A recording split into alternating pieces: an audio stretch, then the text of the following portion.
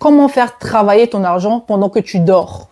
Tu sais, dans le sport comme dans la finance, il y a deux types de personnes. Il y a celles qui veulent des résultats, mais qui recherchent toujours le raccourci. Elles veulent encore en 2 semaines, elles veulent devenir libres financièrement en 3 mois, elles veulent transformer leur vie sans transformer leurs habitudes. Et puis de l'autre côté, il y a celles qui comprennent que le vrai progrès vient de la régularité, de la patience, de la bonne méthode. Les ETF, c'est exactement pareil.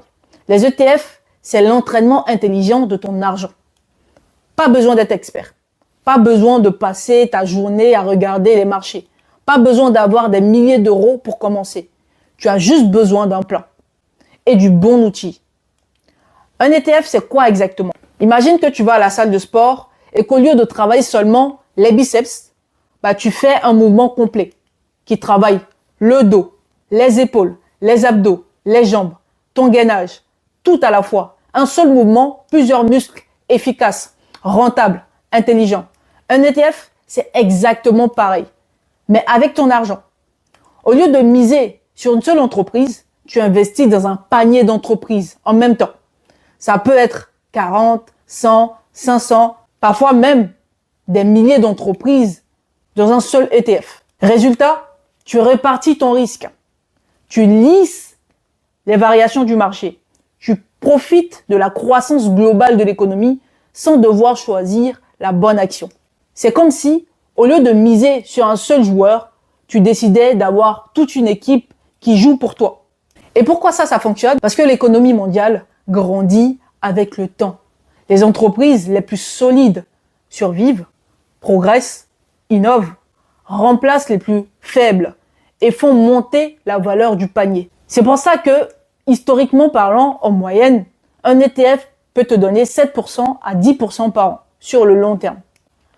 Pas en un jour, pas en une semaine, pas en un mois, mais année après année. C'est comme un muscle qui grandit parce que tu l'entraînes régulièrement. Tu n'as pas besoin d'être riche pour commencer.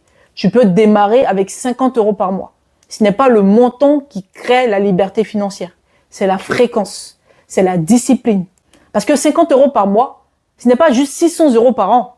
C'est 600 euros qui génèrent 7 à 10% par an. Puis ces 7 à 10% par an génèrent à leur tour 7 à 10%.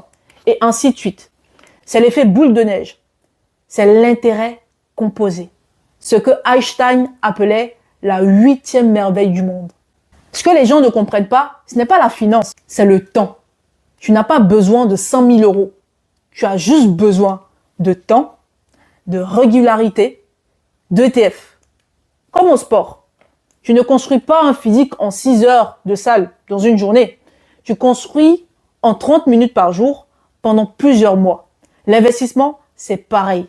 Ce n'est pas la force, c'est l'endurance. Maintenant, pourquoi la majorité des personnes ne le font pas? Il y a 3 raisons pour lesquelles les gens ne le font pas. On leur a appris à épargner, jamais à investir. La deuxième raison, c'est qu'ils veulent des résultats rapides. Et la troisième raison, c'est qu'ils ont peur de ce qu'ils ne comprennent pas. Si tu veux changer ta vie financière, tu dois penser comme un sportif, pas comme un touriste. Un sportif s'entraîne même quand personne ne voit les résultats, même quand c'est long, parce qu'il sait que l'effort finira par payer. Par exemple, imagine 2 personnes. Personne A. Cette personne épargne 100 euros par mois sur un livret A à 1%. Personne B. Cette personne investit 100 euros par mois sur un ETF à 8%. Après 20 ans, la personne A qui a épargné sur un livret A à 1% gagne 26 000 euros. Et la personne B qui a épargné sur un ETF à 8% gagne 59 000 euros. Donc ces personnes ont mis le même effort, le même argent, mais c'est 2 vies totalement différentes. Et tu te rends compte que la personne qui a investi dans un livret sur 20 ans, au final, perd du pouvoir d'achat. Parce que l'inflation l'aura pris 4 à 5%. Tandis que la personne qui a investi dans un ETF à 8% sur 20 ans gagne énormément d'argent. Dans la prochaine vidéo, ce qu'on va faire, c'est que je vais te montrer concrètement comment choisir ton premier ETF, même si tu n'y connais rien du tout. Où investir? PEA, CTO, assurance vie, lequel choisir? Je vais tout expliquer en détail. Comment mettre en place l'investissement automatique chaque mois?